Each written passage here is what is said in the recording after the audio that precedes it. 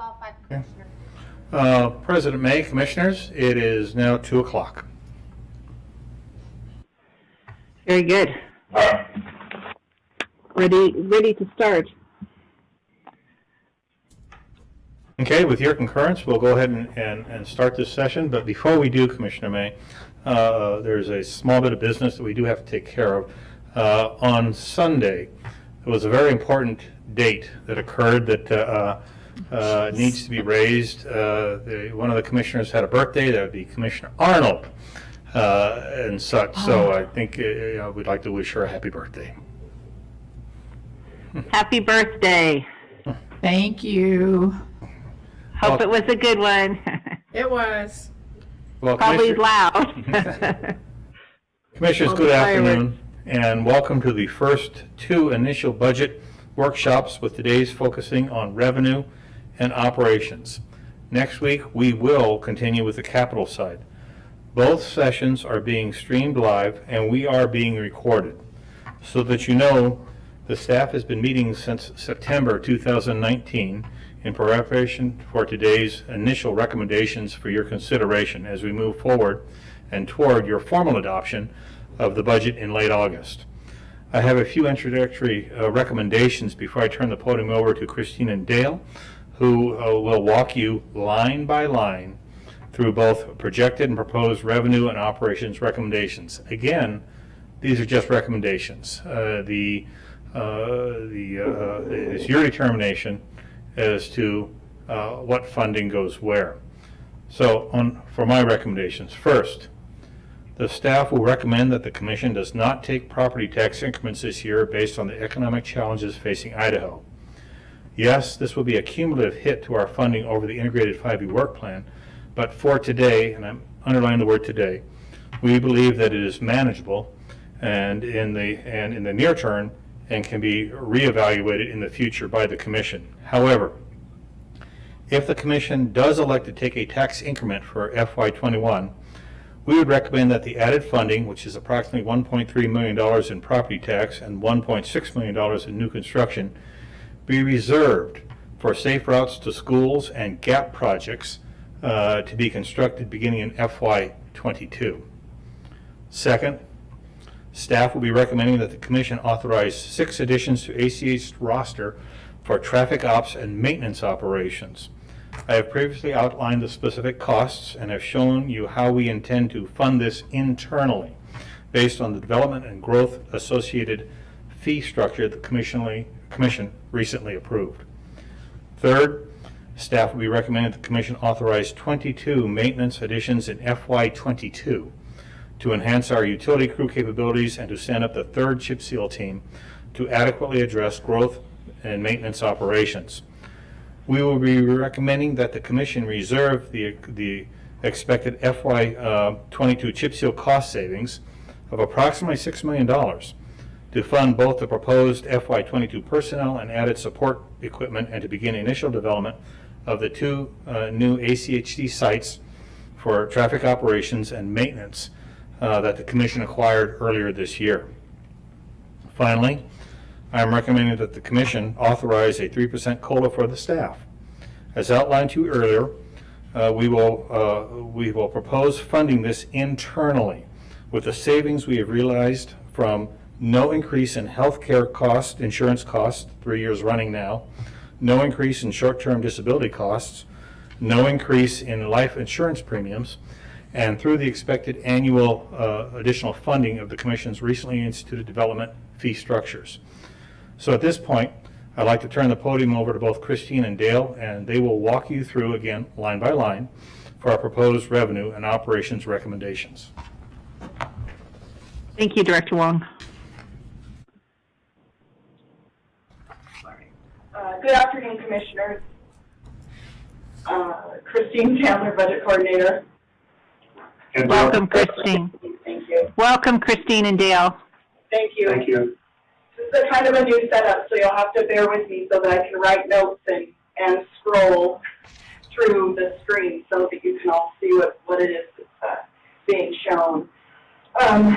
So page 1 does show the opening memo shows that we're projecting an FY21 budget of $134.7 million. and an FY22 budget of $137.3 million. As the director indicated, FY21 does not include any addition to the property tax certification. We are presenting a balanced budget today. And toward the bottom of page 1, you'll see under expenditures, we've got a labor budget of $35.1 million, capital budget of $70.2, which is just over 50% of our overall budget will be completed through the capital program. Any questions on page 1? Madam President, I have a couple questions. So, Christine, maybe I'll just ask you directly. When we get to it, can you point out the future facilities reservation, the $6 million that we're going to add in fiscal year 22, a little more details, and whether that's we're locked into that or whether we can defer that for a year. The other was you list the priorities, but the expansion is a third priority, and yet it looks like the capital budget is growing. It's not actually. So those are the two things. We'll probably get to the capital budget next week. Next week. Notice in that opening letter, it references the priorities, the commission directed priorities. First, maintenance and safety. Second, rebuilding costs. And third, funding expansion costs. But in fact, the budget looks like we're going ahead business as usual with capital expansion. So that's why it's just a little disconnect.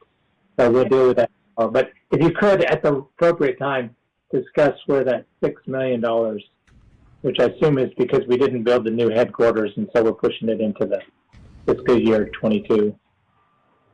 Madam President, Commissioner Hanson, I'd be happy to answer that $6 million question right now. The $6 million is actually stated by, I think, Director Wong stated it. That's the anticipated savings from the chip seal that we did not do in FY20. The details of that will be coming before you next week through second adjustments. It's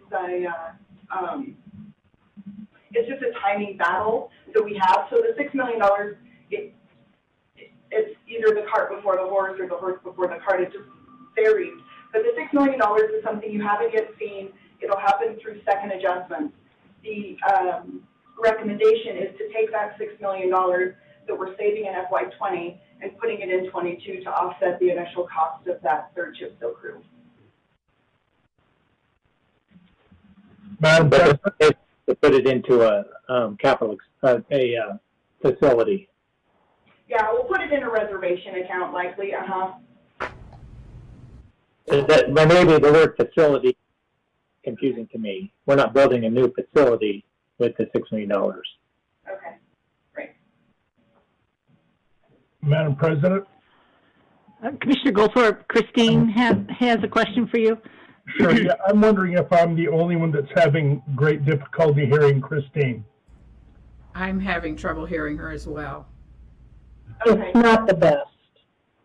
Let me see if I can scoot up a little closer. Dale and I will do a little 6-foot flip flop. It's just a moment. Oh, that's helping. Oh, shoot. Sorry to have you do that. No, that's fine. We were kind of testing that out, and Dale really wanted to talk today, but Yeah, that's much better, Christine. Thank you.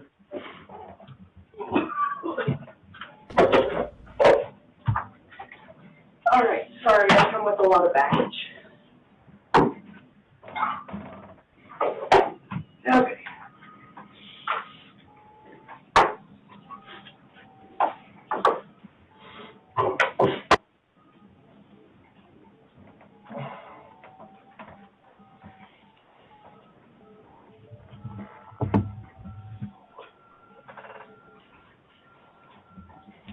Okay, how's that? Is it better? It is better. Okay, perfect. Yeah. Still sounds like she's in a submarine. Yeah, in the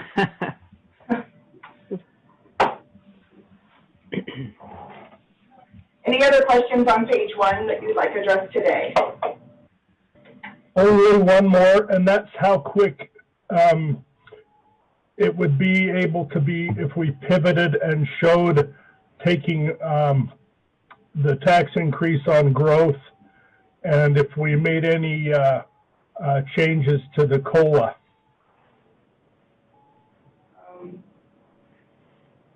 Madam President, Commissioner Goldthorpe, how quickly it would be as far as a workload standpoint? Sure, yeah. It's doable, definitely. We do have, next week we'll be going over capital budget. I think we have a follow-up packet early August, but I think it's that second week in August when we have to finalize so that I can get the appropriate noticing out and publication out. So I think on August 5th currently is the schedule for the second packet and any final changes. So if, at that time, if you're considering doing anything with the property tax certification, such as taking the new construction roll, that amount has to be included in our publication. Now, it can be included in our publication, and then ultimately we don't have to take it on on our meeting, but if we don't publish it, we can't take it. Does that make sense? Understood. Okay. But as soon as the sooner the better. It's easier for me from a workload standpoint to make any adjustments. Okay, then maybe Commission President could make a decision when we had that discussion then.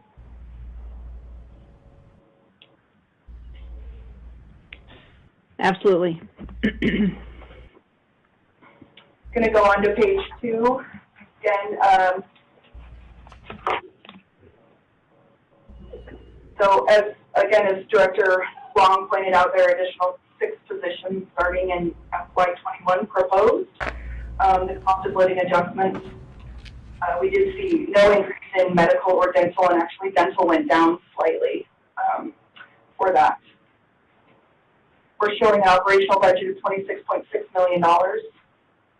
The high-level view right now of the capital budget, again, we'll get into more detail next week. Madam President, before we move on from labor, I want to make a point on the cost of living increase. This indicates that it excludes commissioners. I think that's a mistake. I've been involved in public service long enough to know that it's always better for the elected officials to take a little bit every year rather than having to do catch up, taking a 10 or 15%, which I've seen, 1 year or 2 years or 3 years down, or 5 or 6 years down the road. So it's not that much money when you look at the salaries from, when we get into the detail. But boy, I think it'd save the commission a whole lot of angst in the future. So I would just go for it now.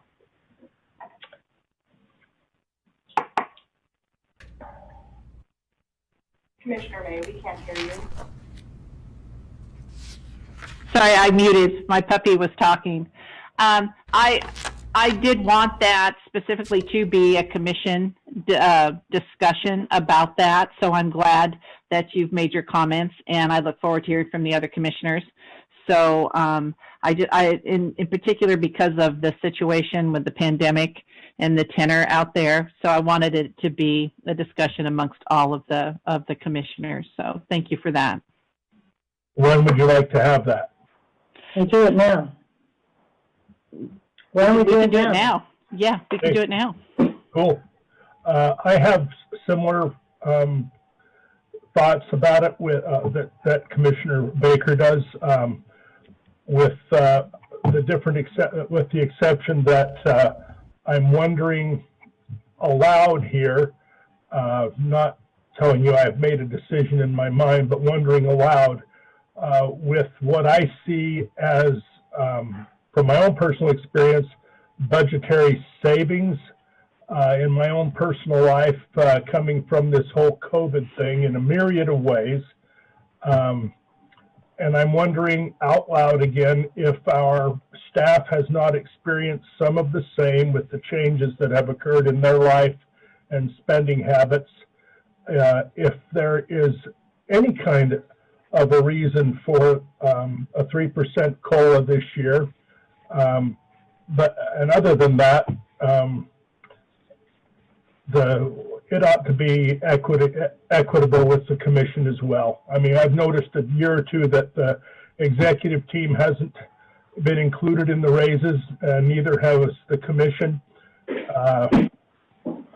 But I think that one size ought to fit all here. Any other comments about the COLA? Well, Any other commissioners? Commissioner Baker? Yeah, I think we can make the 3% work. And I think that's important because even coming out of this, people are going to, stay, they're going to go, whatever. We're going to have to recruit people. I think the 3% needs to go for everybody, and we can make it work. And what I would be more concerned with the community caring about is an increase in property tax. And let's not forget, if we go with the 3%, it's 1.3%, or it's 1.3 million. If we just go with growth, it's 1.6, which means it's going to be more than a 3% tax increase. And whatever they say, well, it's the growth. That's just a fiction. Everybody is going to pay that. So, I don't know if we're going to have the discussion on the property tax increase now, but I would say no to that, and I would say yes to the 3%. And Mr. Madam Chair. Hanson or Commissioner Arnold? Yeah, Madam Chair. Was that Commissioner Arnold? Yeah, go ahead. I would agree with that the 3% COLA works. So I think we should leave that in as a budget item. I also agree that we should not take any property tax increase. So no growth, no 3%, nothing. Just keep it flat for this year. Well, what about 3% for the commission? I don't care either way. I mean, I'll go along with whatever the majority wants.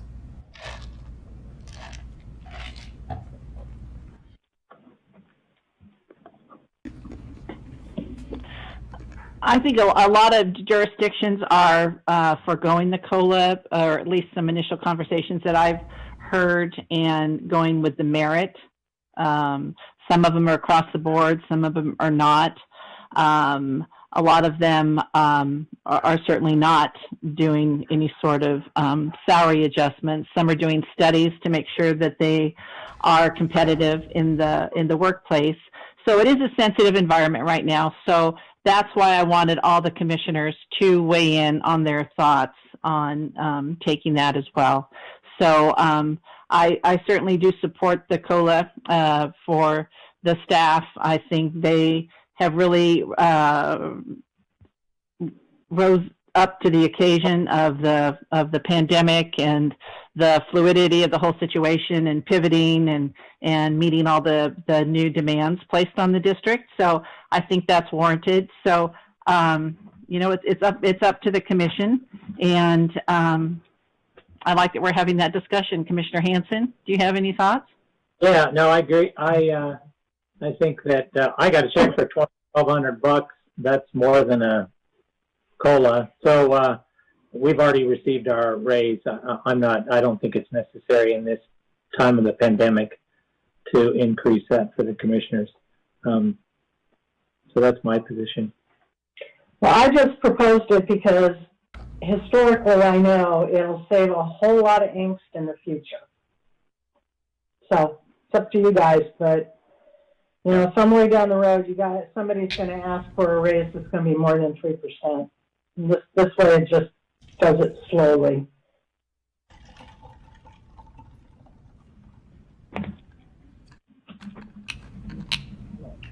Then we probably got to decide what we're going to do with the raises then before we go much further.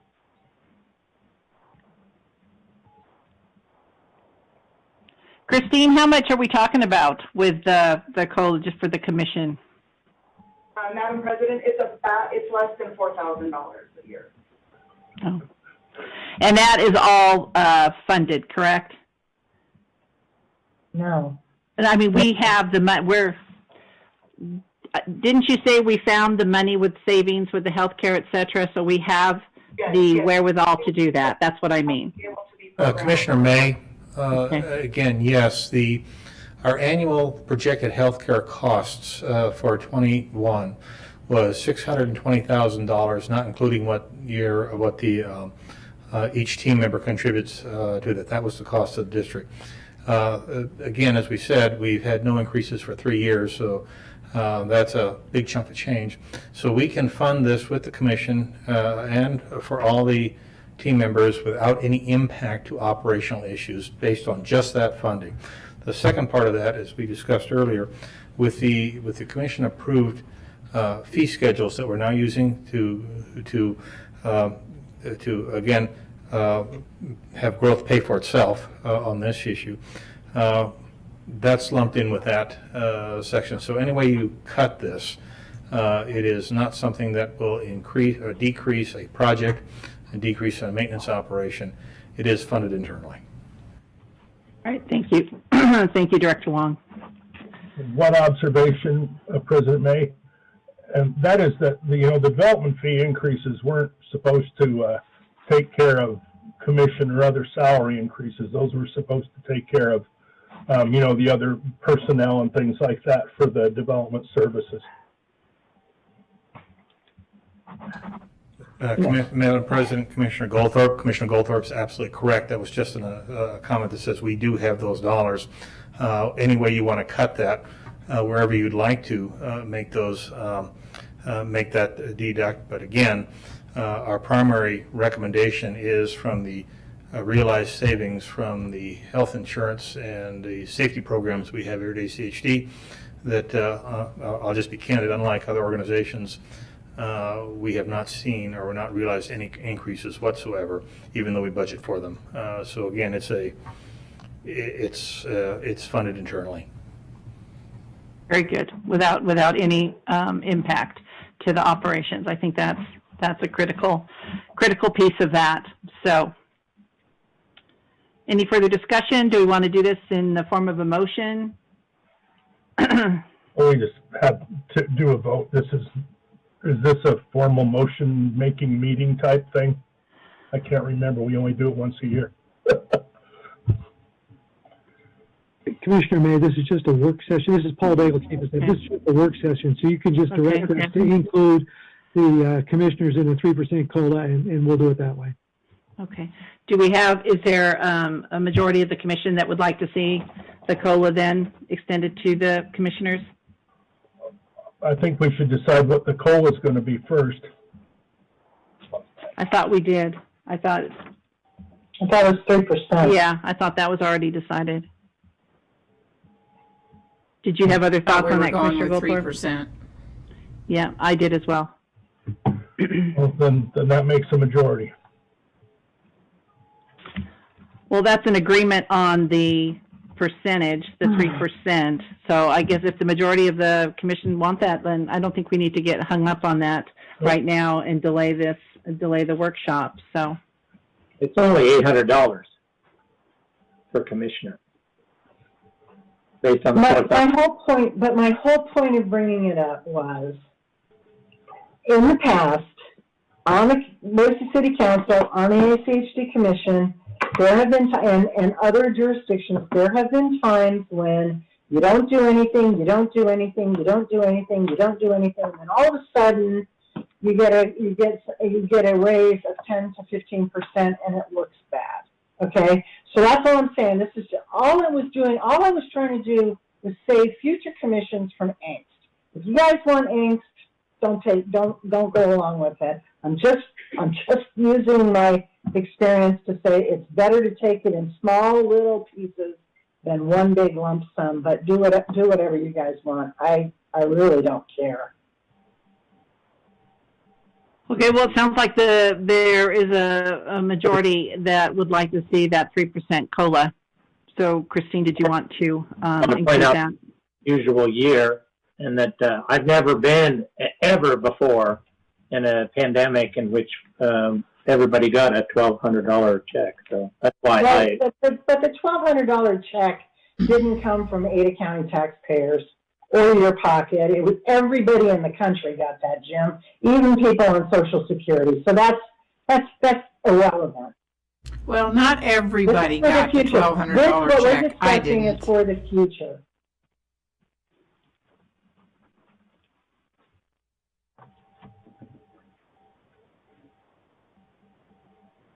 Okay, Christine, did you hear that? Yes, I got it. Go ahead. All right.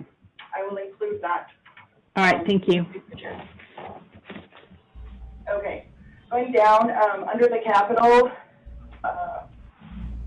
underline heading, it's just a note right there talking about, FY21 is the first year of the 5 that ACHG is obligated to reimburse St. Luke's related to the 3-party agreement. We currently only have an estimated cost of improvements from St. Luke's. It's about $7.5 million. So in FY21 and 22, we've programmed a payment of $1.5 million to be paid out. Just a notation on that. On the proposed capital budget in FY21 of $70.2 million, I'll direct your attention. Gowan Road Bridge 2110. That is the first of our large bridges. It's about a $7 to $7.5 million bridge that we're doing. So that's the first of that big bridge strategy, as well as the 10-mile and Amity intersection, the Maple Grove Road Victory to Overland, road widening, and then the combined projects of Eagle Road and Amity Roundabout, changing it to a dual lane, as well as the roadway between Amity and Victory. And on the Chinden and Curtis Road project, that is adding a right-hand turn lane heading south. So basically, we're going to have to impinge on that gas station then in order to make that happen? Yeah, and we have already acquired that right-of-way. Okay. I think just last week. I had just noticed it went from a gem stop to now it's an extra mile, so it's a Jackson's now. Yeah, so we've already acquired the right-of-way Correct. before it became a Jackson's? No, we paid Jackson's for it, I believe, last week. The week before. I don't know what week it is. In FY22, we have some more projects out in the Locust Grove and Victory area. Again, another roundabout and road segment there, as well as a couple more items on 10 Mile, and then working through that Lake Hazel and Eagle Road intersection. House Bill 312 is still, we have what we have for estimated revenue. We still are anticipating to spend fully on those House Bill 312 projects. That is something that annually I prepare a report that's added with our road and street report to ensure that the legislature can see that we are spending those additional dollars as they have directed. Again, the last statement just showing that we have a balanced budget for FY21 and 22. So on page 3, excuse me, at top line you'll see the property taxes is level from 20 to 21, and then in 22 we did include a 3% plus new construction rule. It was just changed in the FY21 budget. The remainder of the adjustments are fairly steady. Again, some of this we'll have to just continue to watch depending on how revenues come in related to the pandemic. Our most volatile revenue source is the Highway Users Fund, fuel taxes. So that's going to be the one that's most volatile. We're actually, next week you'll see a proposed increase, in the impact fees from 21 to 24 million. So we're not really seeing a slowdown in any of our services or fees or in the impact fee area, as well as in the extraordinary impact fees. It seems those are just kind of going gangbusters right now. Madam President, quick question.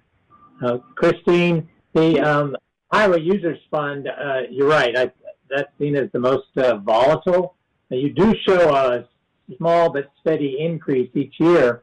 I I think that's pretty risky, given the growth in vehicles that don't use gas, hybrids and electrics and so forth, and also given the volatility of the market that's been created, we've experienced now these last 3 months. I think that's too risky to even assume an increase. I've seen data that shows a steady decline in the highway users fund, which is why states are seriously looking at vehicle miles. And until Idaho does that, I think we've got a plan on a decrease in the highway users fund. So my recommendation would be that we keep that flat at least, and look into what other states are doing around trying to those that are dependent on the fuel tax rather than vehicle miles.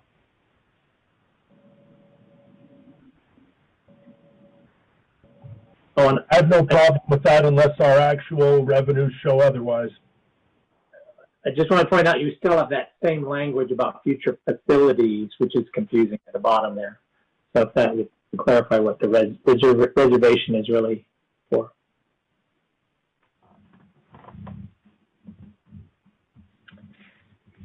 So Christine, the impact fees that we will be getting that are projected, do we have the ability to match those 100%? I mean, we're not going to leave any impact fee money on the table because we don't have the money to match it, right? Madam President, Commissioner Baker, at this time, to the best of my knowledge from what we have projected for 2021 and 22, and then out the integrated fighter return, I do believe that they're planning on programming as much as we possibly can. But again, until we receive the money or don't receive the money. But from what right. Well, I mean, sure, we can program it as much as we possibly can. I want to make sure that possibly can means using every dime of impact fees that we have. I don't want to leave any money on the table of impact fees, because even though it's the fiction that growth pays for itself, and we know that it doesn't, the fact is it's out there, and if you don't use it, then people say, well, you're not doing, you're not letting growth pay for itself. I mean, it's kind of a fiction, but so my question is, can we spend all of the impact fee money that we have? We can match that? Madam President, Commissioner, sorry, go ahead. Madam President, Commissioner Baker, again, great question. As I believe you're aware, you'll be seeing a proposed ordinance from us in conjunction with the CIP update that will better define how much more money we can spend legally, and I mean that very sincerely, on the match between impact fees and general fund. I don't want to get too far ahead of the card on this one, but again, we are working that issue, and and Development Technical Services, in conjunction with our General Counsel, will be bringing you shortly an ordinance that will address your question. Okay, as long as we spend all the money, I mean, it's kind of a simple question.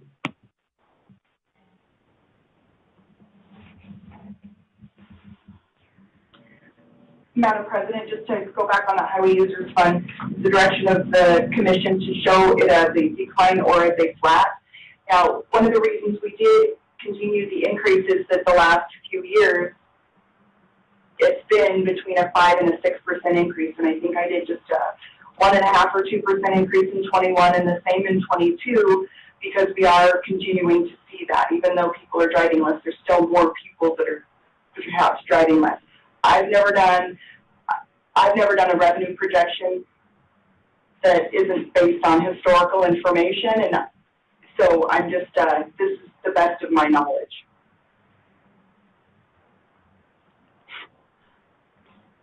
I would support the way that you have it, Christine. I support the way it's currently shown. Same here.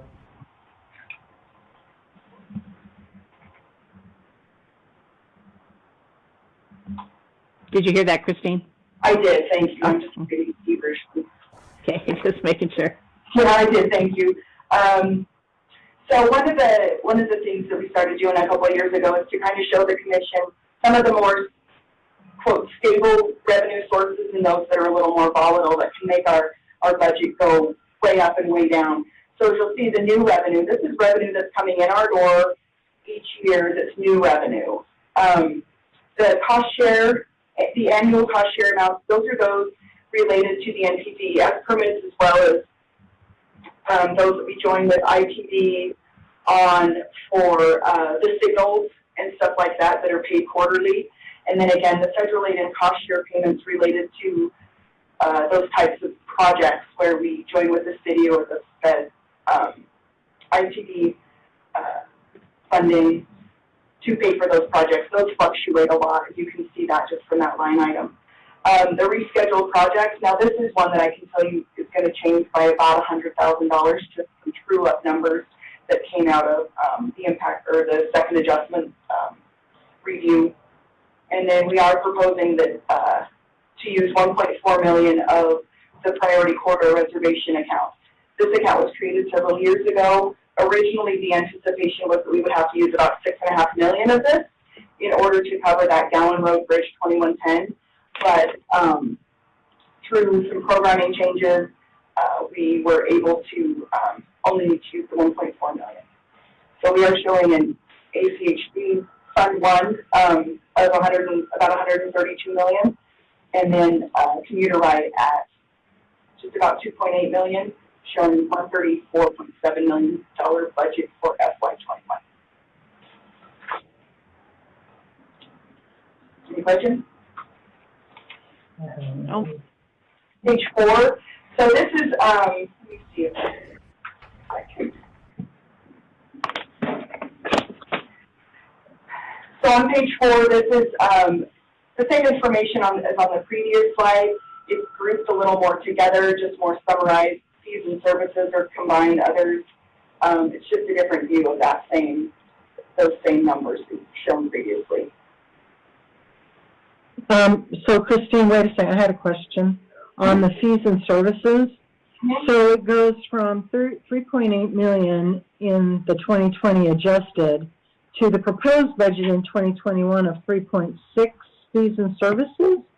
So I thought we were raising fees and services by enough in order to at least provide the 3%. Right, and we are. It just so one of those increases or decreases is related to where to our interest. So currently, last year we collected about 1.5 million, and we're looking at about $1 million in FY20. FY21, we did reduce that estimate down to 750,000. Well, no, I'm talking about fees and services. Right, and those are all grouped within fees and service. Oh wait, sorry, let me check. Right, so under fees and services is also some interest. Oh, no, it's not. Okay, I apologize.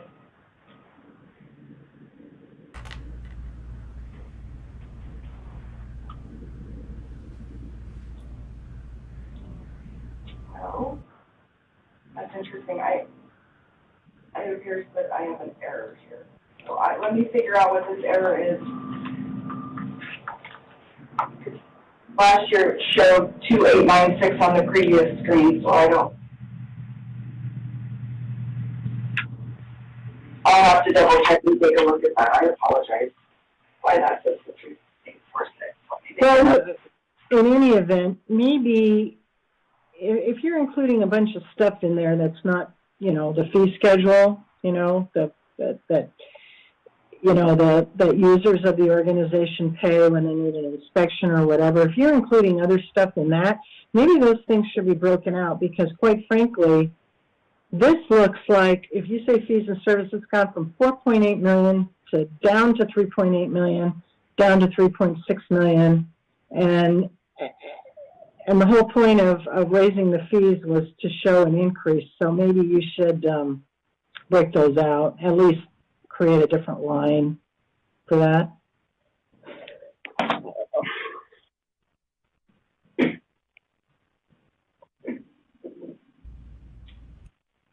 again, I apologize for that error. Well, maybe you could come back next week and just show a revised statement. Absolutely, I will do that. Thank you.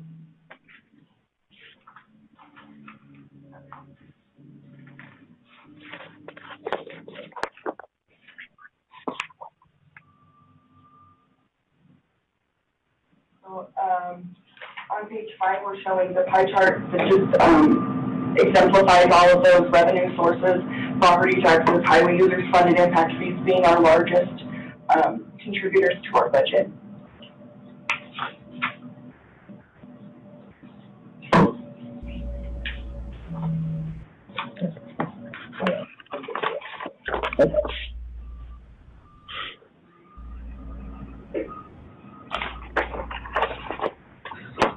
Okay, next we'll go under tab 3 and we'll start discussing on the expenditures.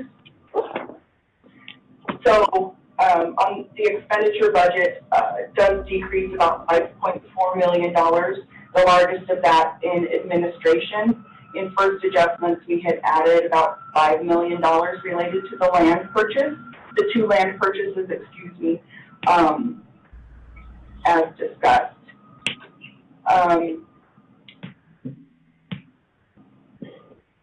The other large decreases in legal in FY20, we do have the MIG contract that's being completed in FY21, but the bulk of it is shown in FY20.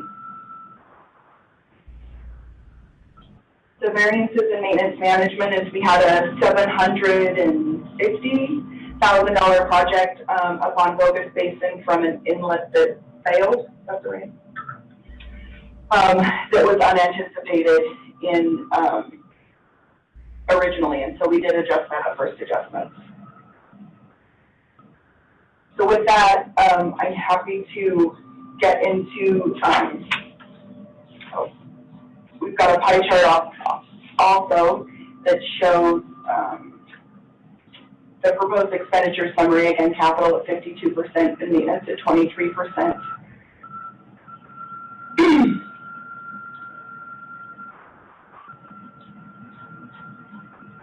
So this is just a different summary of the same information that's shown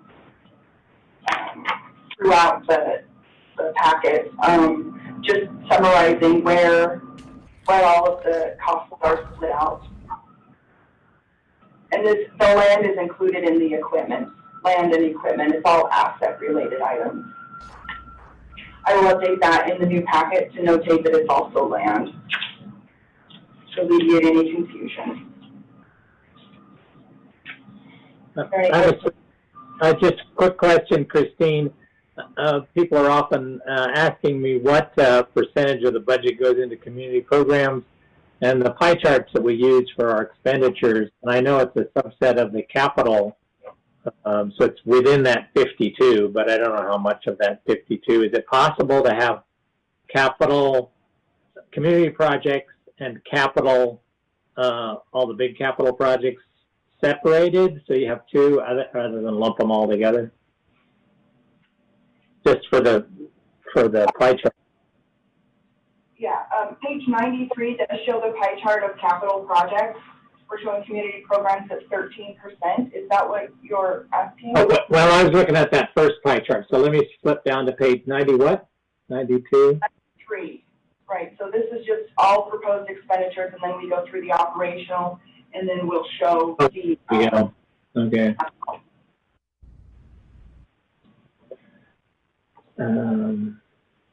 Intersections, roadways, yeah, okay, those are all the capital, okay, so that's, yeah, as long as that's, like, accompanies it.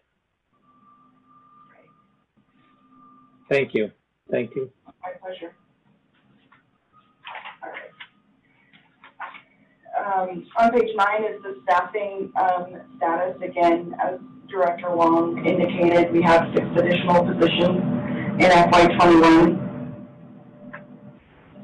That is a senior lab technician in our lab. Due to additional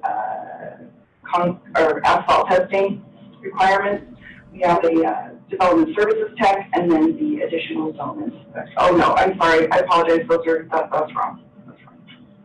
We have a new mechanic.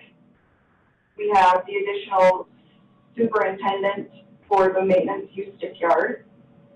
We have a sign GEO and a traffic signal inspector, a traffic engineer, and then a zone inspector. I apologize what I was thinking. And those are notated at the top of the subsequent departmental budgets as far as what the job title is.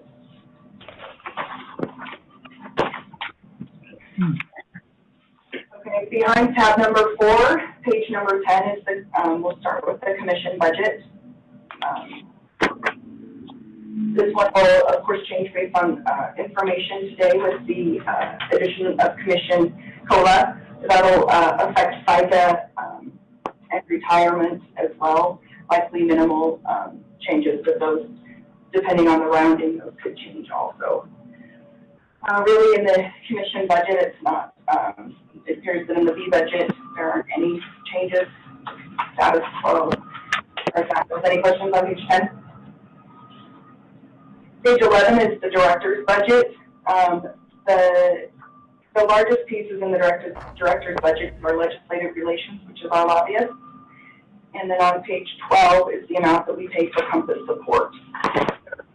We get the estimate of that and are able to true it up from year to year. So it looks like we have about a $7,000 increase, 2% to 3%. Administration budget, now this is everyone. Just want to clarify, something to find here, the VRT dues is 5,200. You have 3,000, I think, somewhere. And, Commissioner Hanson, this is Paul Daigle, the Chief of Staff. The commission has yet to agree to that increase. VRT will be making a presentation to the commission on the 22nd, so you can decide about the increase. yeah, okay. My recommendation is that we put that under commuter rights, since it's the only transit department we have, so we just include those dues. I know we pay dues to a lot of other professional organizations and so forth, so dues are scattered throughout the whole budget. It makes sense to fall under commuter ride.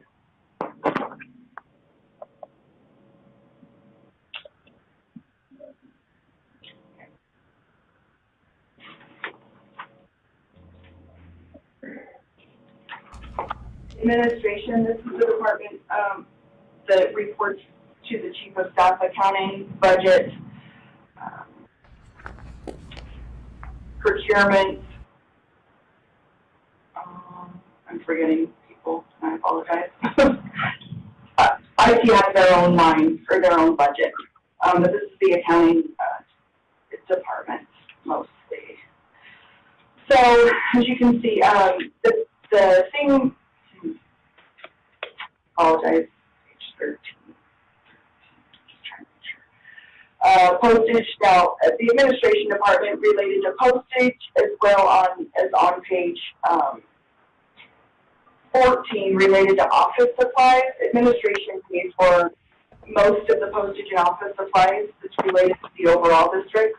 Some departments have their own printing budgets for such as communications and maintenance because they're very specific related, but admin budgets for the just a bulk load, excuse me, on those machines.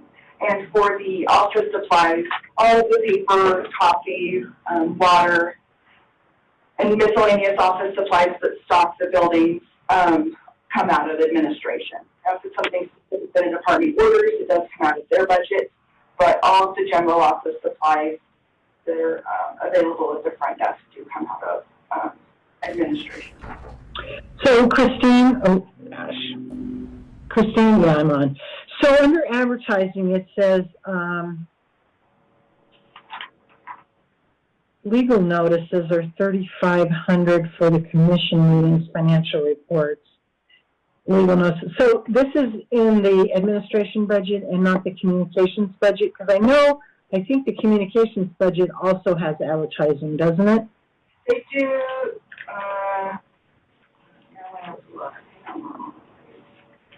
Yeah, it does. That's page 30. Right, so I think that's not related to, anything, any legal notices related to the commission. That's related to other, Okay. Well, when postcards. we get there, District stuff.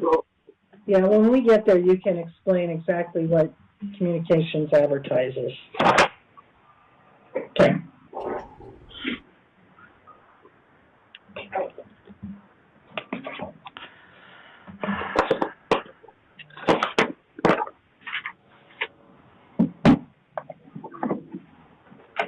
One of the changes we did make this year is we changed the self-insurance claims line.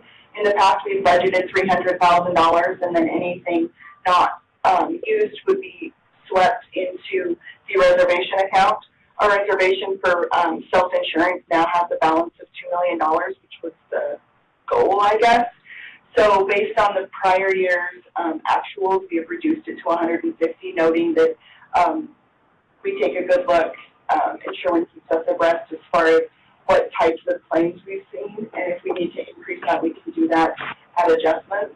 But it just seems better to budget more appropriately related to where we are actually spending so that we can program those dollars elsewhere. We also started in FY20. We reduced commuter rate support from the prior years of $250,000 to $200,000, and we are continuing that for 21 and 22.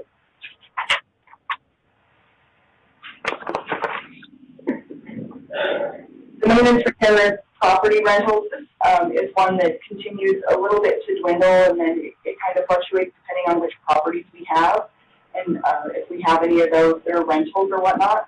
So that amount can change. I think there's a reduction happening in FY20 second budget adjustments that you'll see. It's just one that we utilize. That's where we pay water bills and all that.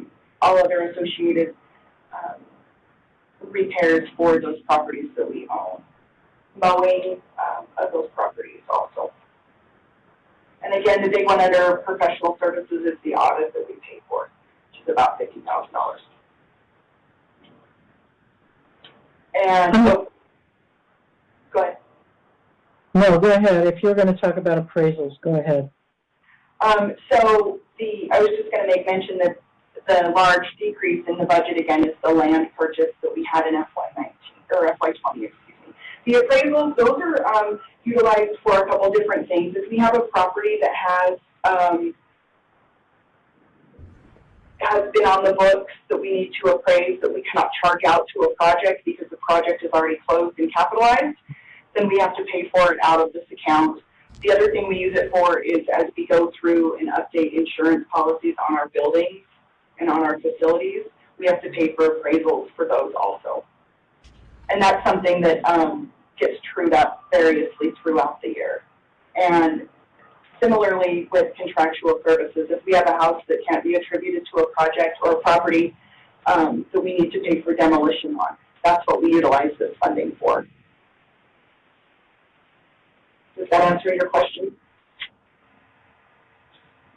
Yes. All right. Okay. Starting on page 18 is the IT budget.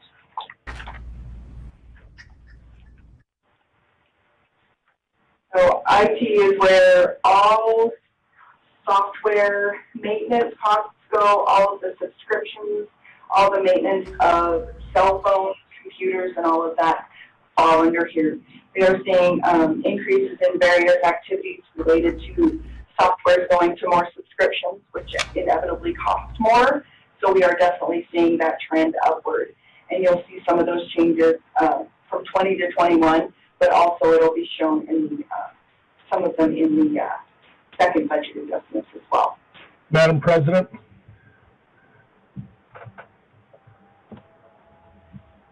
Commissioner Goldthorpe, go ahead. I can see your mouth move there. This may or may not be the right time to bring this up, but I'm wondering, in lieu of the revenue shortfall that we have over last year, our budget being less, and we have some increases all across the board in costs for interns. If by eliminating the budget item for interns for the next fiscal year, if that is something the commission would be willing to entertain as some cost savings for 1 year.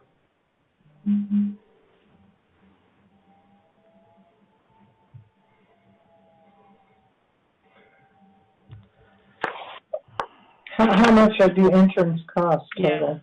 I don't know what it costs for the entire organization for the year, but here in the IT department, it's $66,000.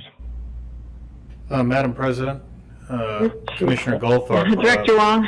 We'll be, of course, more than happy to look at that. I would like to remind the commission, though, that the district gets a tremendous bang for their buck when it comes down to using interns versus full-time or temps and such full-time. We have a great working relationship with the different colleges that provides those interns operational expertise mirrored to the academic roles that they are fulfilling, and at the end of the day, we think that provides a tremendously well-qualified student to go out into the real world. I will also let you know that several of our interns, because they've done so well, have competed incredibly well on job applications outside of HCHD and inside of HCHD. But we will take that as an action item. We'll take a look at that.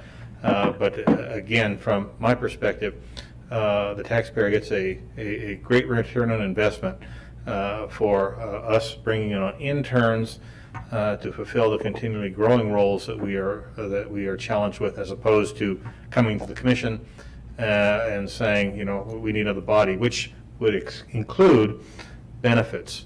Interns don't receive the benefits here, which is a large part of those dollars. But Commissioner Goldthorpe, we will take a look at that. Thank you. Okay. Thank you, Director Wong. I would agree that we get a good bang for the buck, as the director said, for utilizing interns. So, but we can take a look at that. Absolutely, Madam President. I can pull the report and see what are student interns versus what are temporaries that we use for chip fill and traffic and those, and provide the commission that separation. Thank you. Okay, so on to page 19.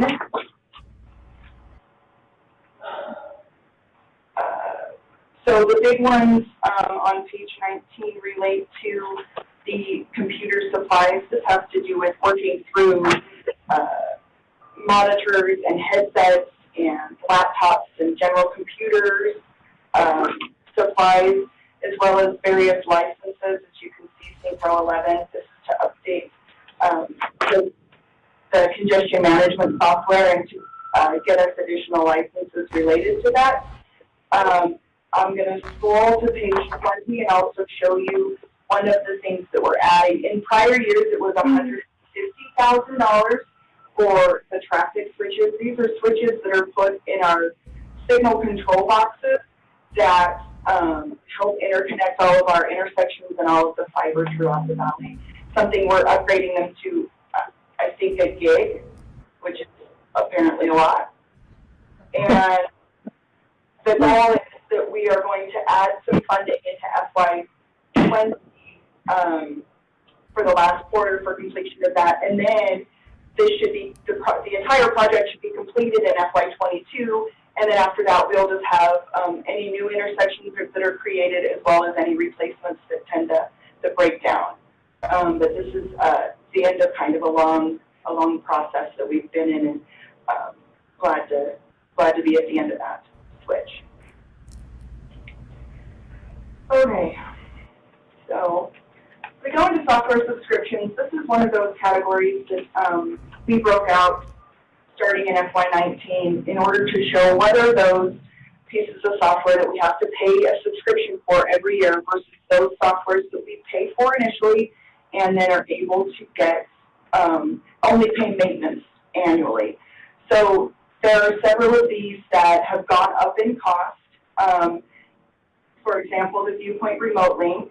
So Viewpoint has been bought out a couple times, and rather than now paying the annual maintenance costs of about $50,000 to $60,000, it's changed to $120,000 for that entire package. Now, Viewpoint, for those that aren't aware, is our entire accounting system. It's the system that handles all of our financials.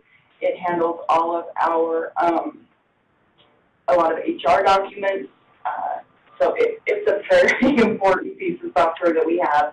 Unfortunately, the cost of that business is going up. I will say that we have several pieces of software that have increased in both in cost because we are increasing our utilization. When we had done the cybersecurity audit a few years ago, there were some things that we needed to up, and security was a big one of those.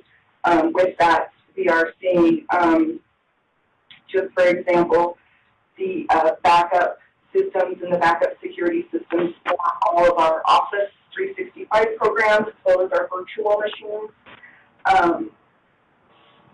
Those that set policies and allowances for people to get into various folders. You can tell me if I'm losing you.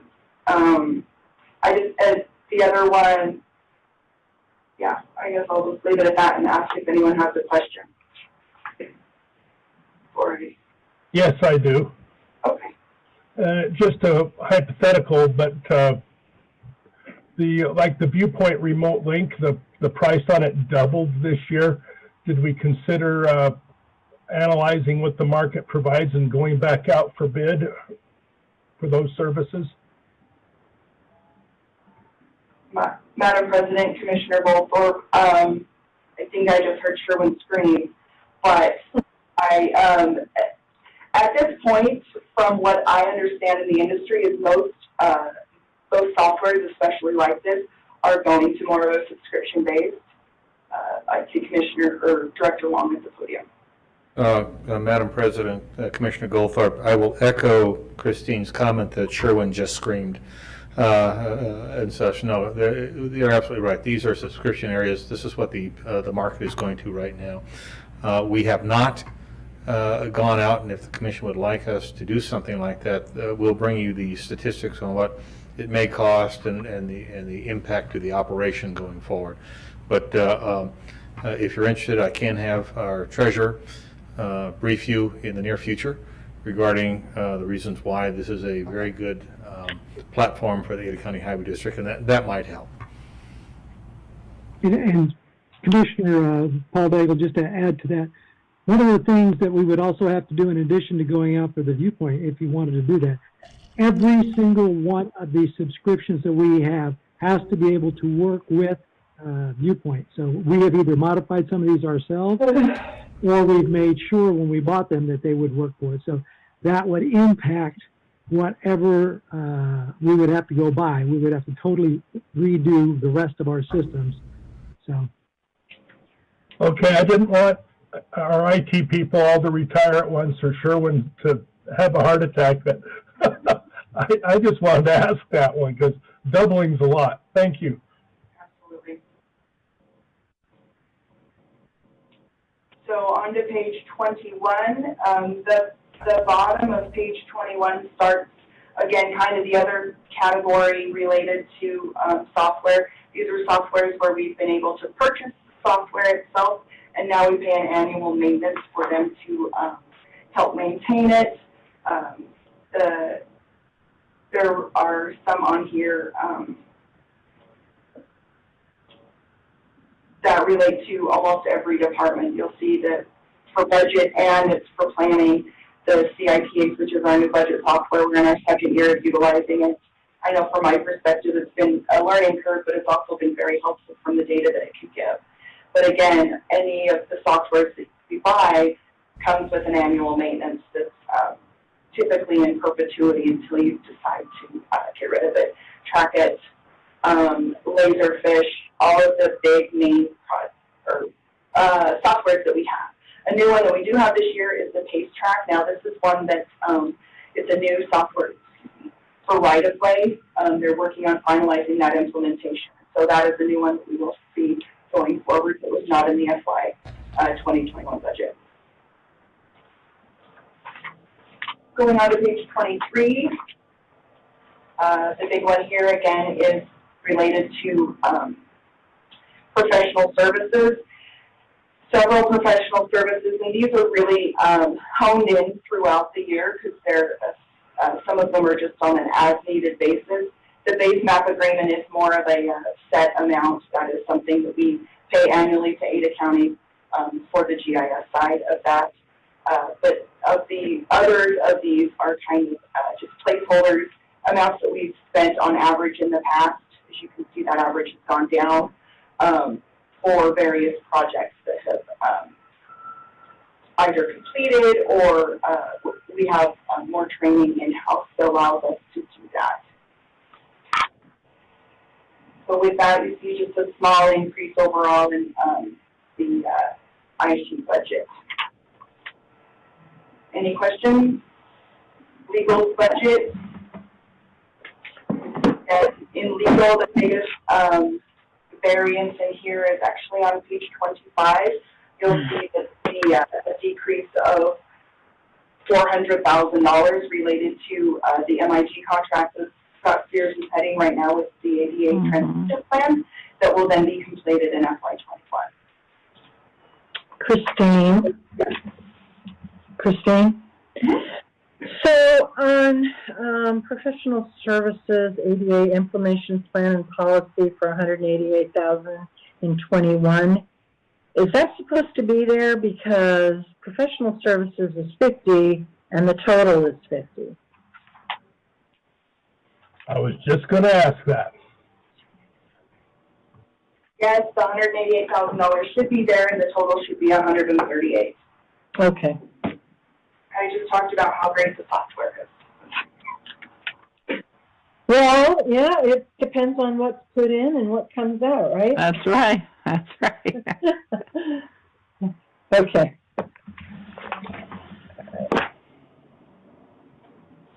Next budget, excuse me, is state art.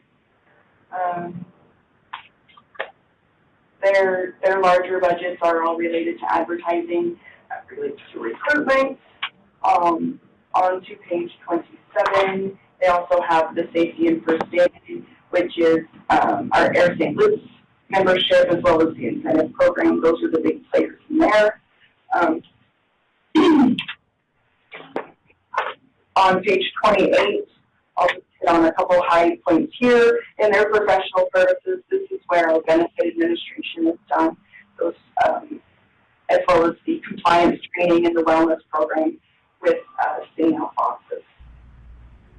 Overall, there's just about a $12,000 to $13,000 increase in the HR budget.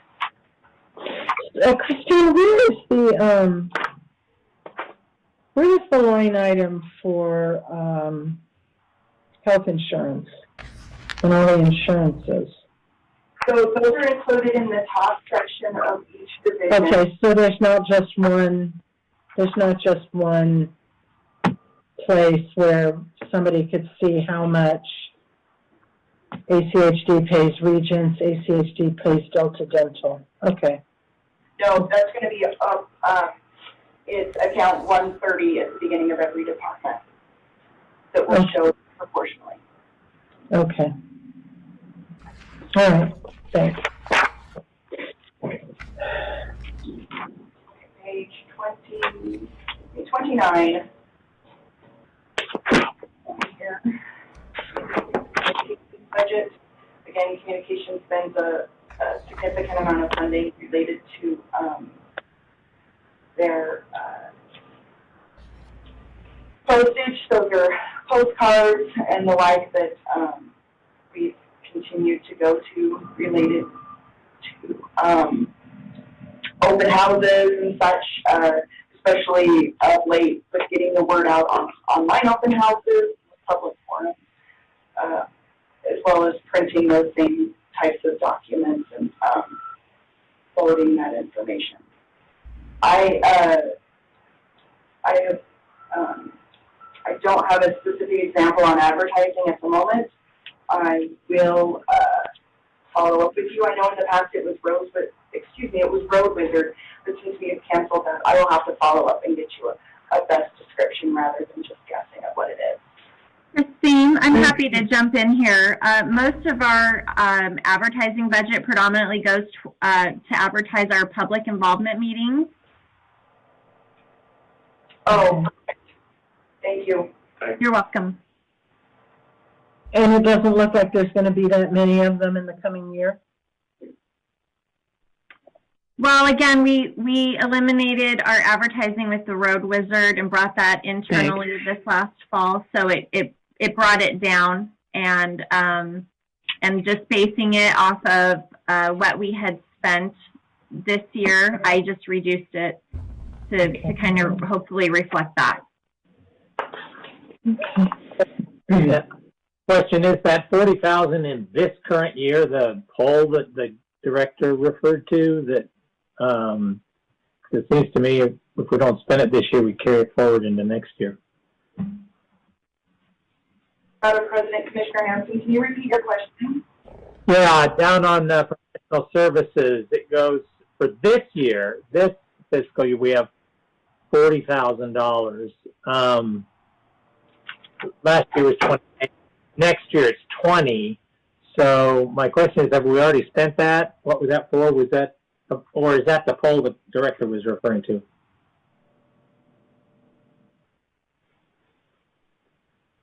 It's on page 30, like the third item from the bottom. Right. I think is what we're working through is that in FY19,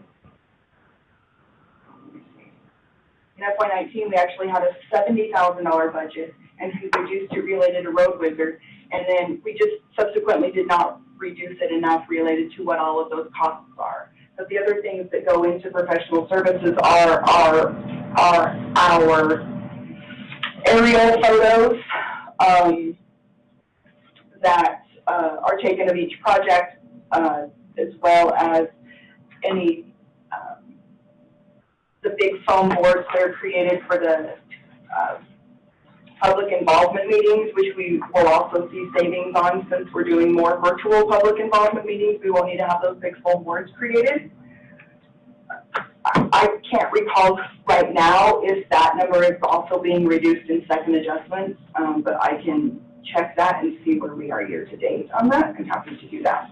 Thanks. Yeah, I was just curious because the director said we're going to talk about doing a survey in this fiscal year, and I wondered whether that was how that money would be spent or what. So that if we didn't spend it, it's a little, if we're going to do it to survey on budget issues, it's too late to do that.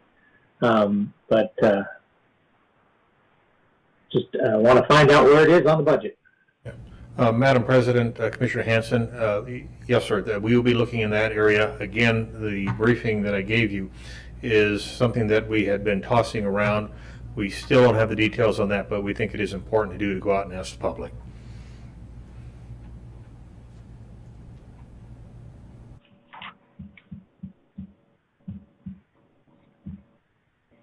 On page 32 through 35 is commuterized budget.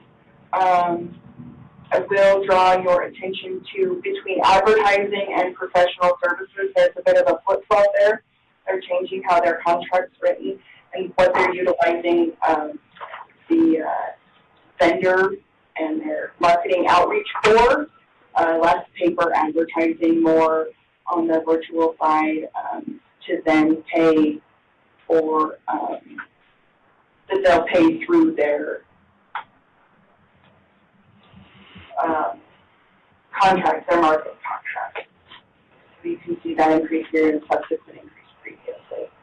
I know that in second adjustments you will see a decrease in van fuel expense, and then it looks like the projection for FY21 to be a little lower. It is for 22 to continue to increase.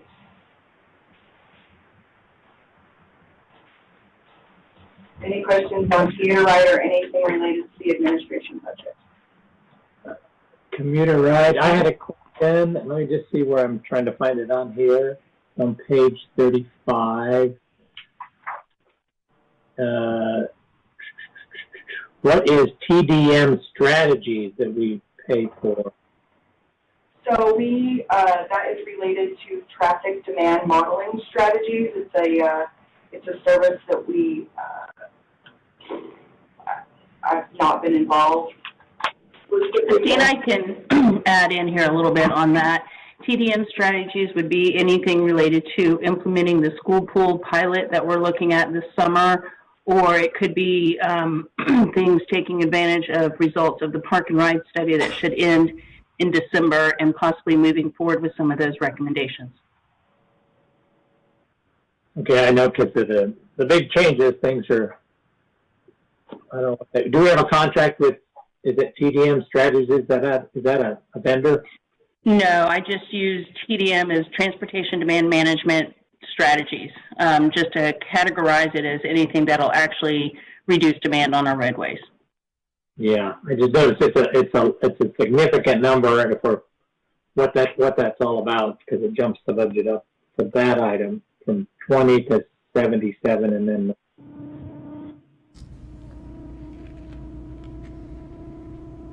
The majority of the increase in there is the marketing, which Christine was explaining. Instead of spending it in our advertising budget, we're moving it over to professional services so we can take advantage of the expertise that our consultant has in placing ads on social media platforms.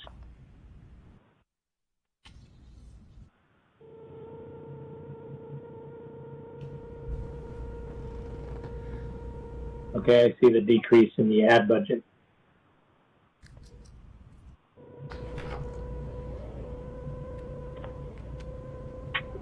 Tab 5 is the project planning and programming division. So Department 1170, this is Dave Wallace and Forest Service. There's, again, minimal items in the B budget. Pretty straightforward in the budget realized through there. Starting on page 38, you'll see planning budget. This is our planning and programming and people management department. The variances here relate to in printing. We do bike map printing every other year. I did just speak with Justin Lucas earlier this week. We're going to be moving the bike map printing from 20 to 21, and then I assume subsequently out of 22 to 23, and just adjust that, just related to the availability of being able to coordinate with the necessary groups. Again, the big player in the planning department is their 705 budget. On the bottom of page 39, you'll see $25,000. This is to complete the push button and diagonal ramp inventory that's going on currently. I know that HDR is working on that, but we're not anticipated to pay out final payments until FY21, so we wanted to budget that correctly. For FY21, I will point out a couple of the neighborhood plans that we're planning, that planning on doing. They, again, as was outlined in the FY2021 budget, is the idea to go back out. We're seeing some additional requests for sidewalks in the Hollister area. This is something that planning will bring before and discuss prior to going out and getting a consultant, I believe. The neighborhood plan, the CUNA neighborhood plan, and then the South Meridian neighborhood plan. Those are two plans that I think will ultimately complete the cycle, I believe, or close to it, just to ensure that we have something for every area, and then we can continue to hone in on any and all of those projects. As we begin to prioritize community programs, if we don't have a neighborhood plan, that doesn't allow for as many projects to have been identified in those areas that need to be completed. So completing the neighborhood plans allows for us to have a holistic view of Ada County for that. Any questions? Yeah, Christine, their neighborhood plans are in there. It makes sense. Mitchell Street site, that's something that doesn't, is that part of a different neighborhood plan, or is there? So Mitchell Street sidewalks is related to south of Victory to, what elementary school? Amity Elementary, I think. Dale thinks it's Amity Elementary, and it's related to connectivity out there, to connecting the sidewalks in that area. All right, Still north of the freeway. right. I think there's a vacation request and an issue of cut-through traffic, and yeah, that's going to be a big problem. So, yeah, all of which could have been anticipated when the school was built.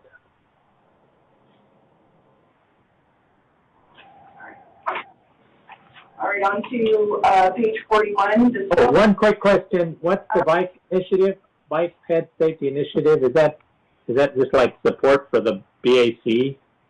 Or is there a specific project? Because I can't remember just BAC. Yeah, that has to do with updating.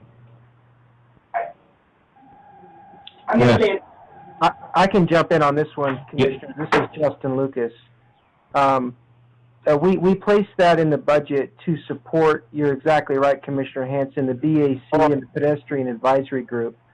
And we're going to work with them on, purchasing safety equipment like bike lights and other things like that we have in the past that we can use in outreach to the community to support overall safety for pedestrians and bicyclists.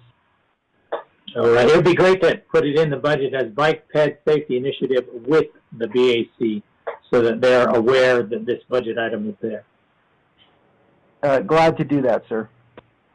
Do we have a similar one with the Pedestrian Advisory Committee? Well, this amount, Commissioner Hanson, commissioners, was intended for both groups. We don't have it separated out. Okay, so it's split between the two. Okay.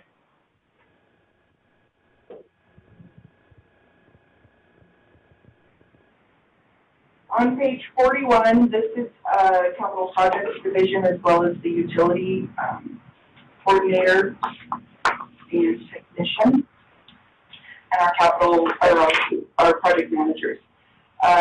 This one again is their heavy lifting is in the capital side with each of those categories. Well, this is the cost of running, really just running the department. As you can see, it's an $18,000 B budget, which excludes any of the salary costs.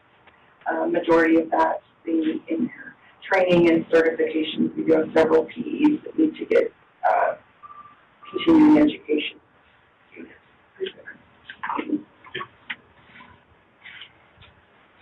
Next is right-of-way. The big thing in right-of-way that I would point out is actually on page 45. You'll see in FY19 and in FY20 that we have significant amounts. This is where the purchase of the software initially goes. So we purchase the software for the new right-of-way process, and then once it's in place, then we begin to take those annual maintenance costs and we put those under IT. So the IT has an umbrella look at all of the softwares that we have, and they maintain them within their budget. All right. Moving on to page 46.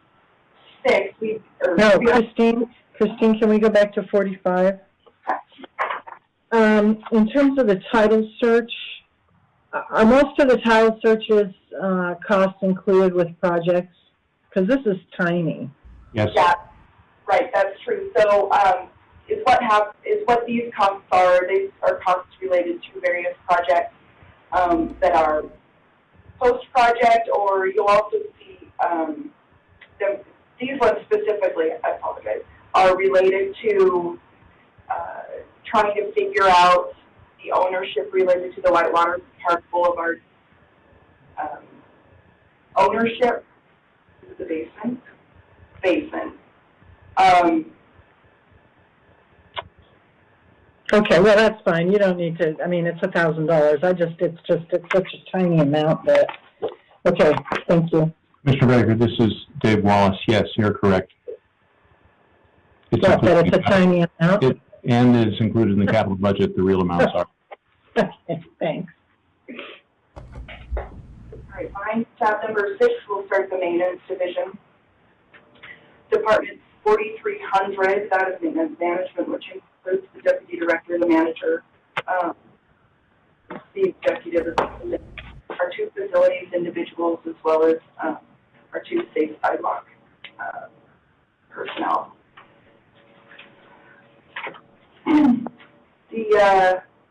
Again, I'll just go to page 47. I will notate a couple changes.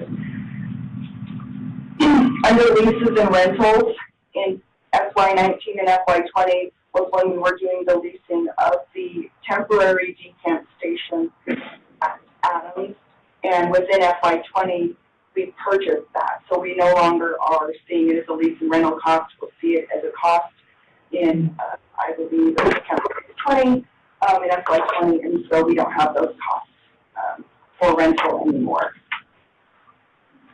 And then we've got building leases here for both the 38th Street lease, which is where we house and store sweepers, as well as the orchard site lease. On the bottom of page 49, I will summarize out this $377,000 titled administration accommodation. That does include installing automatic gates at Adams, similar to those that are at Cloverdale, that auto goes behind, a hose shed, as well as the electrical work related needed for additional plug-ins at at Adams, to be able to plug in vehicles during the winter. We currently don't have the capacity we need to keep our vehicles warm during the cold weather, and so there's a lot of shuffling that's happening at varying times.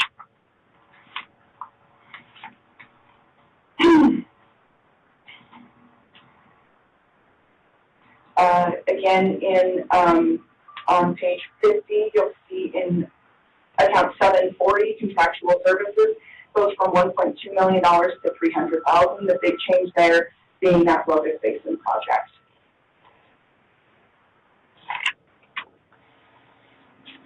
Next, we'll go to fleet budget.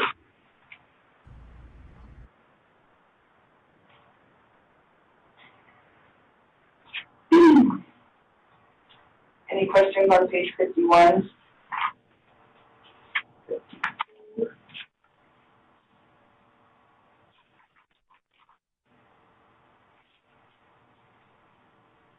On 53, I will notate that in second adjustments, you'll see a reduction in parts non-inventory and fuel in FY20 related to both the lack of chip fill and then the savings from driving the various stages and not having vehicles out on the road.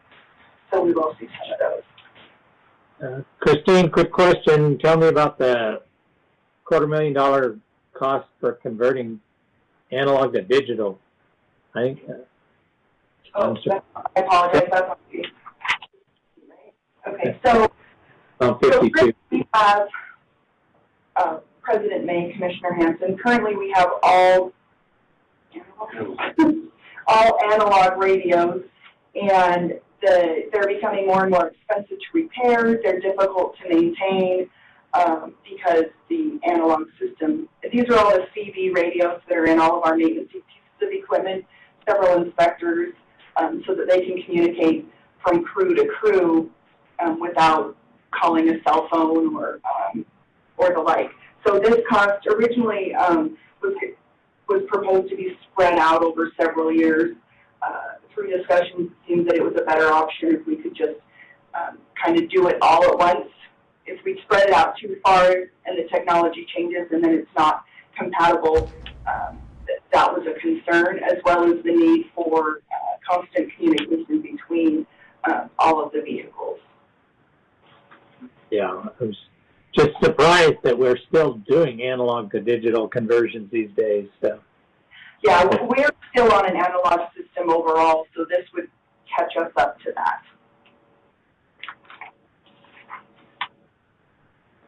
Okay, we went through 53. On page 54, this is the mobile equipment. as well as the equipment leases. I will point out here, this is the total of all of the proposed equipment that we would need for the chip seal, the third chip seal edition in FY22. I have a list of pieces of equipment that are proposed that add up to this number. I just summarized them in here for this presentation.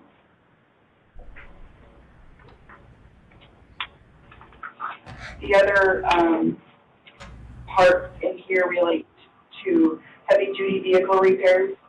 These are all repairs related to dump trucks, significant repairs to sweepers and brains, all of those pieces of equipment that are too big for, the repairs become too big for our mechanics to do. Any questions related to fleet? The Adams maintenance budget. On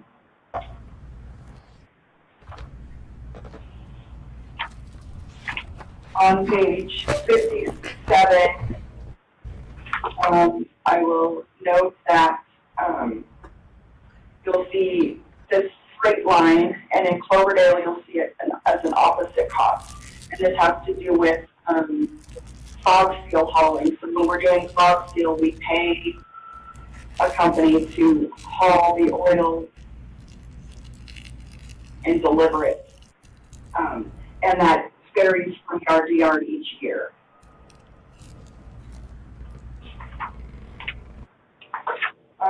On page 58, no big changes related to anything on page 58. Page 59.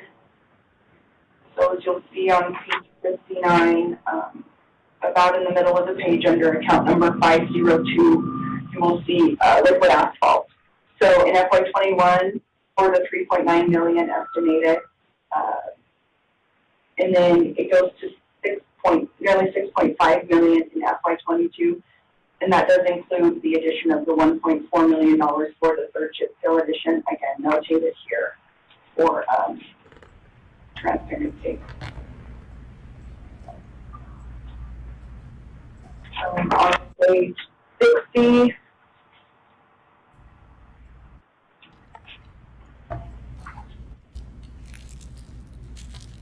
and several of the FY20 budget numbers in both 4351 and 4352 will show reductions as we get the FY20 second adjustments approved and uploaded.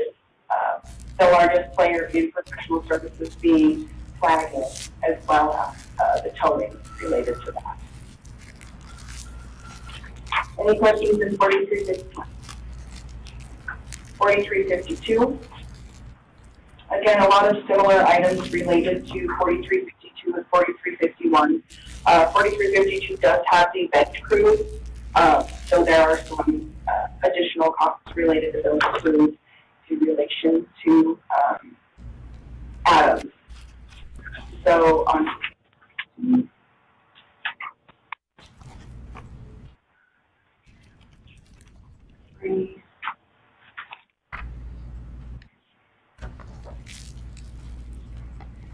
on to page 64.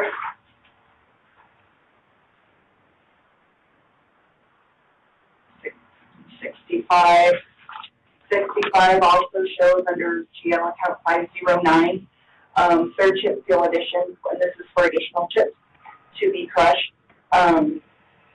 Currently, we keep oil, liquid asphalt always comes out of Adams, and the chips always come out of Cloverdale. Just for consistency's sake. There was a time when we used to flip-flop which yard and which budget it was at. Made looking at historical data very difficult and very hard to understand, so we have standardized that. So Christine, there doesn't appear to be anything in for chips internally, but the total is 561 for fiscal year 21. Right, so it's just going to detail out this specific line item detail. So So this total was 575, excluding the third chip seal addition. I can see if the system will change how they display that. No, it doesn't show anything. All it shows is, you add up 0 and 0 and 0 and you get 561. Because it's just, okay. I'll check the system and pull that in. It's just going to pull a total line. Because we didn't use any of the money or any of the chips in fiscal year 20, right? The proposal, So eventually the actual on that's going to be 0, right? right. So the proposal for chips in FY20 is, in second adjustments, is to move the money from, some of the money from that 509 account to another gravel account, because we're going to utilize the contractor who we've already procured to do some other chipping of stuff related to autofill. And So did we get the chips made this year? I don't believe they started crushing them. They had started crushing them when we were still in flux. So at this point, they're just changing what it is they're crushing. They're still going to crush, but they're not going to crush at the same sizes that they were going to previously. Okay, but regardless, we're going to end up with $561,000 to do something different with. Whether part of that went to crushing some chips or it'll all be transferred to 21 to crush those chips, we're going to end up with $561,000. Yes, in the second adjustments, the proposal is to put it into the gravel accounts. Okay, well, you still need to put something in on that fiscal year 21, so you're to get a total of 561 somewhere.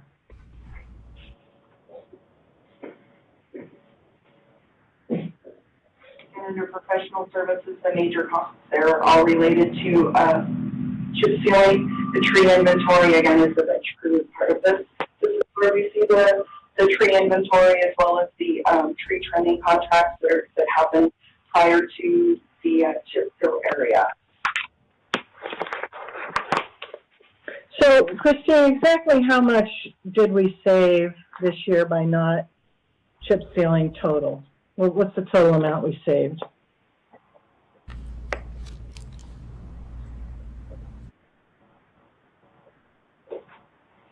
So to date, in the memo that I'm preparing for second adjustments next week is about $5.5 to $6 million. I can't remember off the top of my head, but it's right around there, which is then the proposal to put it into FY22 to offset that third chip seal group. Right, okay. Okay, the page 67, this is the new maintenance yard called Eustace Maintenance. So in FY21, the proposal is to add the superintendent, and then FY22 would be the 22 additional personnel needed to run that crew.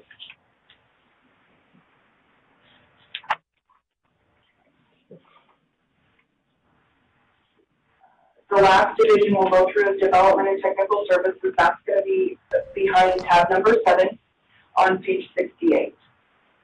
68 does show this is the development and technical services management. This is implement and Brienne Scherer.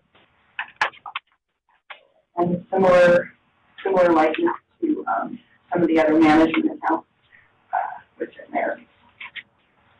On page 70, this is design, which also includes survey. So our in-house design personnel as well as our survey personnel have their labor costs as well as their supplies, shop supplies needed, and the like. Equipment, potential equipment repair.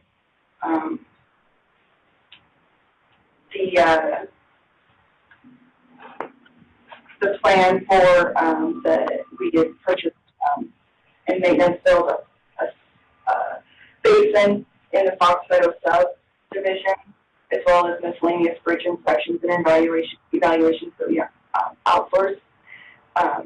We've also been, for the last several years, couple of the designers have been working through plans for redoing some irrigation or drainage issues. I know they've done one on Onondaga Street. They've done one on Edna, just to kind of fix some of those areas that we see flooding in a significant amount of the time.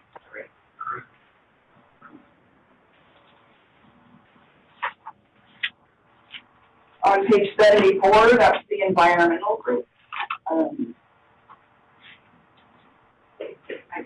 Again, a significant amount of their budget comes from their 705 related, which is on page 76. Can we go back to 74?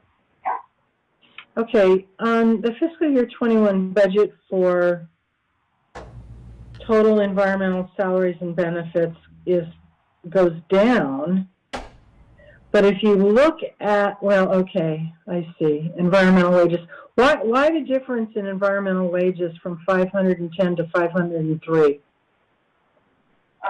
Madam Between President, 20 and 21. Commissioner Baker, some of that has to do with, as we have turnover in various departments, if that happens at budget time, what I initially make that budget at versus what the previous employee was at could be different. Okay, thanks.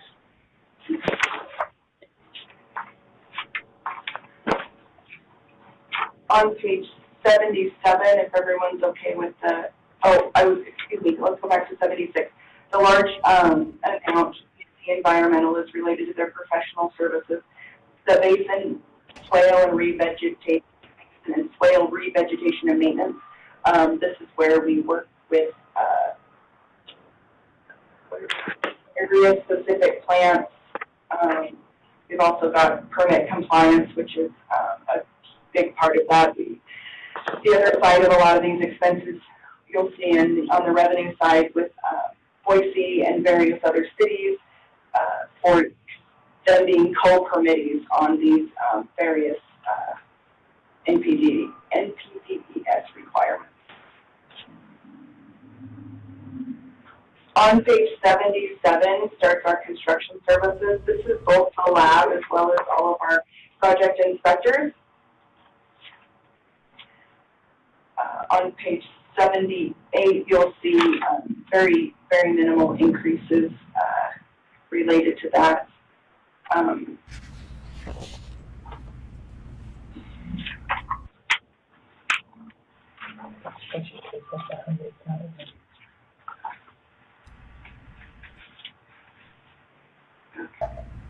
Any questions in construction services? On page 80, we start traffic operations. These are the signal techs, the paint crew, the signal inspectors. I'm missing people. So this is one of the areas where we do see fairly consistent items. The signal utilities, it's pretty standard.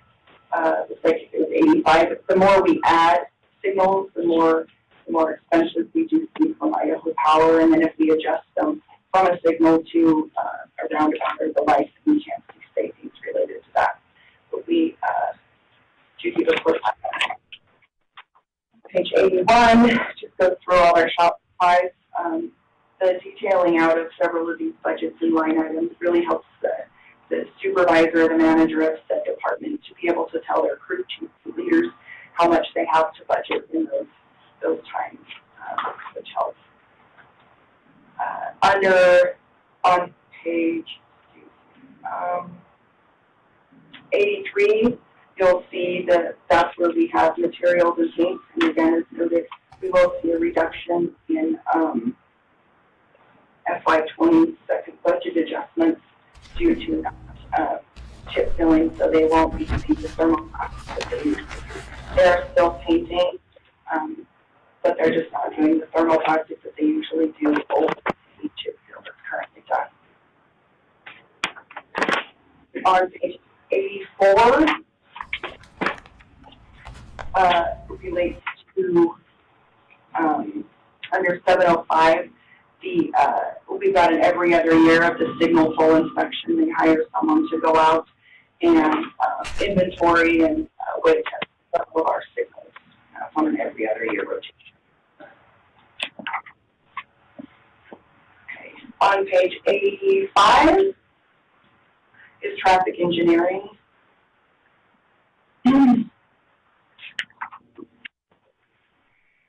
Page 86.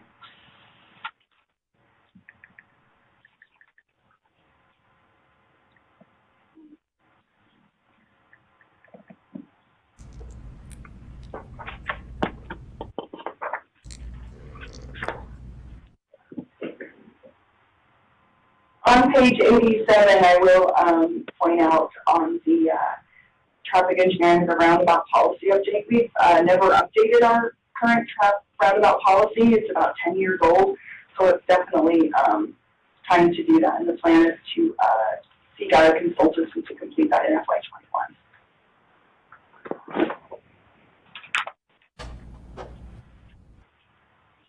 Okay.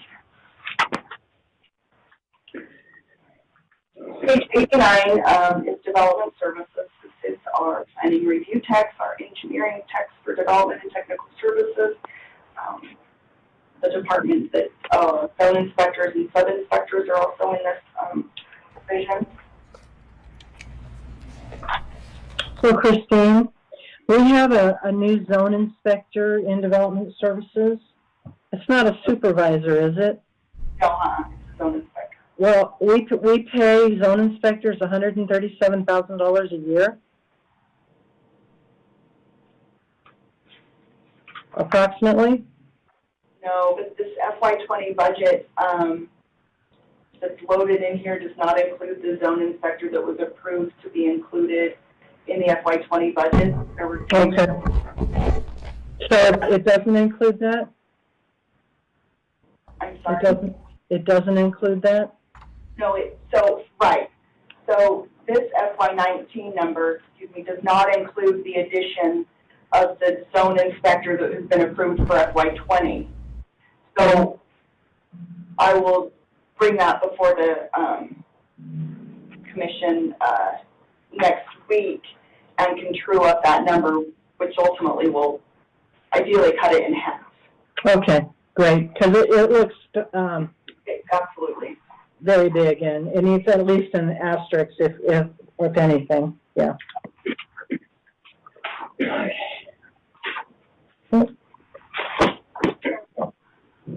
Page 89, page 90, page 91.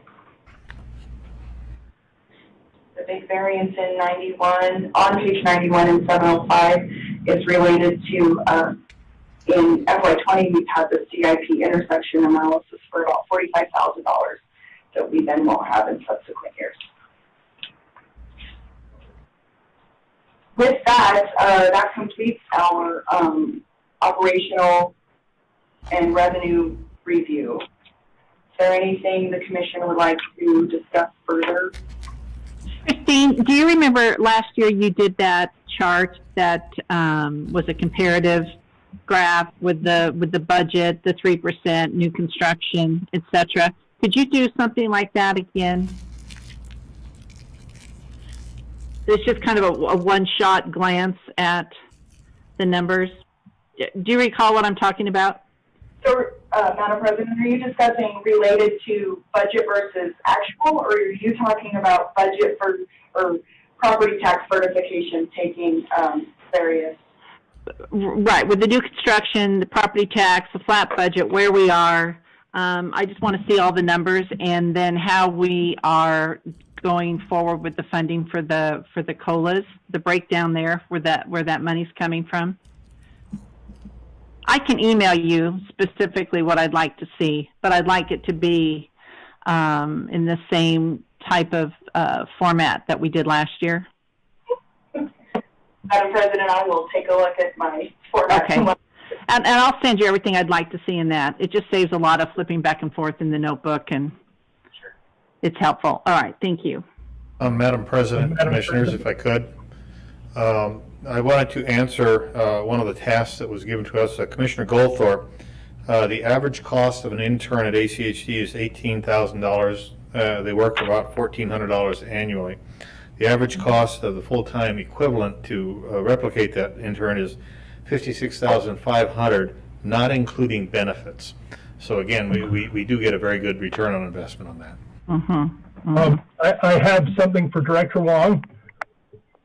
Right along those lines, Director, after we were discussing it earlier, I received a text from one of our loyal followers that said, that's going to come in real low, Goldthorpe. You should hire 50 more.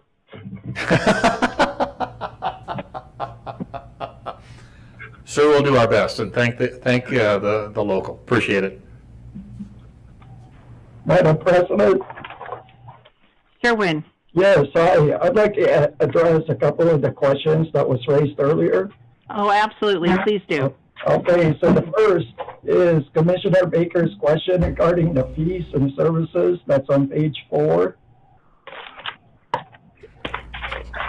So what happened there is in FY19 and FY20, interest earnings were reported as part of fees and services. But in FY21 forward, it's been moved out of fees and services and put into other. So in essence, fees and services is actually going up. But Christine can go ahead and make the correction for next week. Well, then I guess what we need to know is, see, I hate when we change stuff every year because then going back, you can't look at apples and apples. It's like, you got to go everywhere. So is it possible then to break out in 19 and 20 the interest income so that we can actually see the progression of the fee schedule going up? Is that possible? Yes. So Okay. Christine should be able to show that in her report. No. If she can, that would be great. Yes. And Okay. if she can't get the software to do that, maybe you could just come up with, just a note on a separate piece of paper. Okay, Sure. that'd be great. Okay. And then to address Commissioner Hansen's question regarding highway user revenue. So highway user revenue is received by the district on a quarterly basis. So within the next few weeks here, we will be collecting the most recent quarter of highway user revenue. So that will be a major indicator as to what the impact of the pandemic has been to our revenues. Mm-hmm. So as soon as it comes in, we'll forward you the information as to how much exactly, the impact is. That'd be great. Yeah, I think Okay. you don't have an indication before Yes, getting. At this point, we don't see, we don't know how much it's going to be until the revenues come in a couple of weeks. All right. Okay, and the last That'll be question good I'd to like see. to address is Commissioner Goldthorpe's regarding the Viewpoint software. So the Viewpoint software is actually not just an accounting software, it's an enterprise software. So it handles accounting, payroll, HR, fixed assets, infrastructure depreciation. So it's a really robust system. I understand what that word means. Thank you. Okay, that's all I have. Thank you, Sherwin.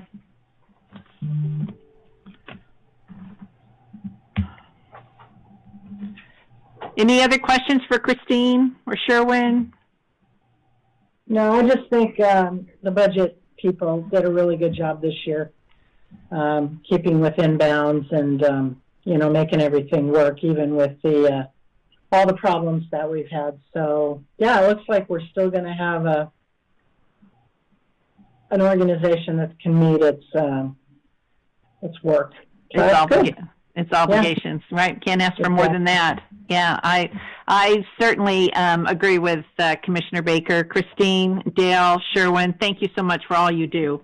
This is not an easy task, and you pull it off expertly year after year, and no different this year. So thanks to all of you for doing the lion's share of the work here for us. Yeah, thank you very much.